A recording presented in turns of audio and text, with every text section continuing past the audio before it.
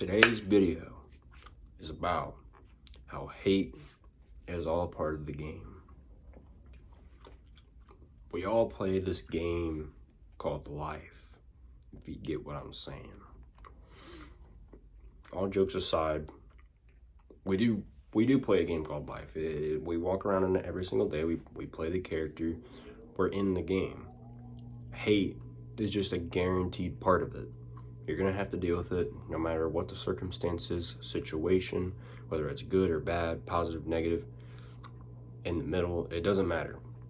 There is always gonna be someone out there that is going to disagree with you. And there's a difference between disagreement and hate. But there's always gonna be somebody out there that's gonna disagree with you. And then even worse, there's always gonna be somebody out there that's going to hate you.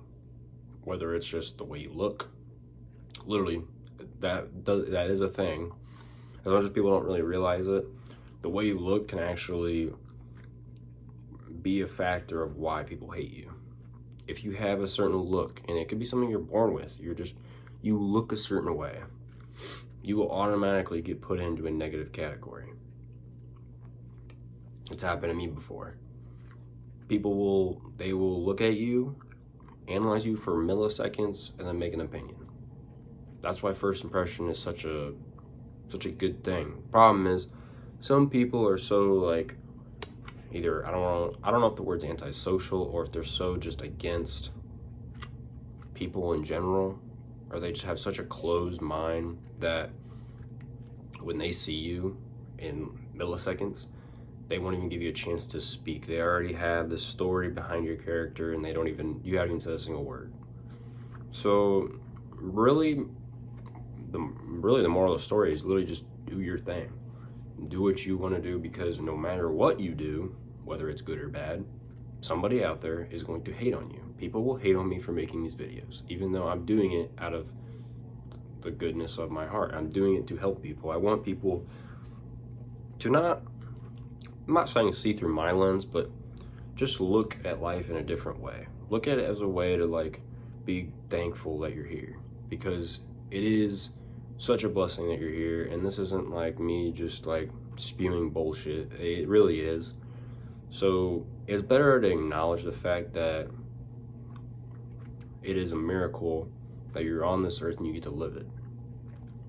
So I'm saying I make these videos to help people appreciate life more, because I've been around people that the stuff they say, the stuff that comes out their mouth, it's like they hate their life almost. They're not like mentally challenged, or I don't want to say that, but they don't have like mental issues or anything. They're just naturally negative people. Like, they're really negative about everything. They're negative about other people. They're negative about their life. They're negative about their job. Everything is negative. And I would say stay away from these people, but sometimes with the right person, you can change their mindset. So that's why I make these videos, because maybe one of that person is you. Maybe you have a really big problem with not acknowledging the fact that it is a blessing that you're here. Whether you believe in God or not, that is not the point. The point is, no matter what you say, the statistic is that there is a trillionth of a chance that you are here, and yet you are here watching my video. So it really is a miracle. It is a 1 in like a trillion chance. So be thankful that you're here. But that's why I make these videos. It's change your outlook on your own life, whether it's good or bad. Not everyone's life is privileged. Not everyone's life is not privileged. People go through different struggles. But I feel like no matter who you are or what state you're in, you will face a struggle. Everybody faces struggles. Everybody's got their own shit going on. Just because you're rich does not mean all your problems go away. Just because you're poor does not mean you just get stuff handed to you and your life is amazing. That's not how that works. So no matter what position you're in, there's always going to be a struggle. So this is for everybody. Everybody has their own struggle. Job, family life, friends, maybe they have a money issue. Maybe they have a health issue. Everybody has their own struggles. So, I mean, if you can find a way to appreciate your life even with struggle, imagine how much you'd appreciate life if you didn't have those same struggles. Imagine how much you appreciate your life if you actually did something with it. If you actually did do that thing you've always wanted to do instead of just sitting here and doing nothing. Imagine how much more you would appreciate it. So train yourself to appreciate the life around you more. That way when good things come, I had to cut, but I forgot where I left off. But anyways, imagine how much more you would appreciate your life if you could appreciate it now with the struggles you have currently, compared to your future life, to where you've done the things that you've wanted to do, you were successful at it. Imagine how much more you'd appreciate your life then.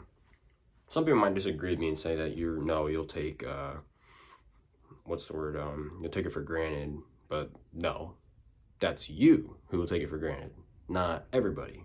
That's not how that works. That's what I'm saying. If you can train yourself to appreciate the stuff you already have, imagine how much you'd appreciate your life and yourself if you did have some type of success or just something that improved your life even more. Imagine how much more you'd appreciate yourself. So much more. But when you go down this road, realize that no matter what, or actually even if you don't go down this road, no matter what you do, you will get hated on. You can literally be the same as other people, you'll get hated on. You can be different from other people, you will get hated on. You can have a goal, you'll get hated on. You cannot have a goal, you will get hated on. The point is, wherever there is a disagreeing factor, there is hate. I'm not saying disagreeing is hate, but I'm saying if there is a disagreeing factor, there will always be somebody to take it up a notch to hate on you instead of just disagree. There's a difference between disagreement and there's a difference between hating on somebody for no reason. But wherever there is a point where you can disagree with them, that's when the hate kicks in. And that's what I'm saying. That's why I say there is nothing in this world that you cannot disagree with. Literally, it doesn't matter how big, no matter how bad the situation is. It could be about like Mustache Man, Hitler, but somebody else could be on his side. That's the thing.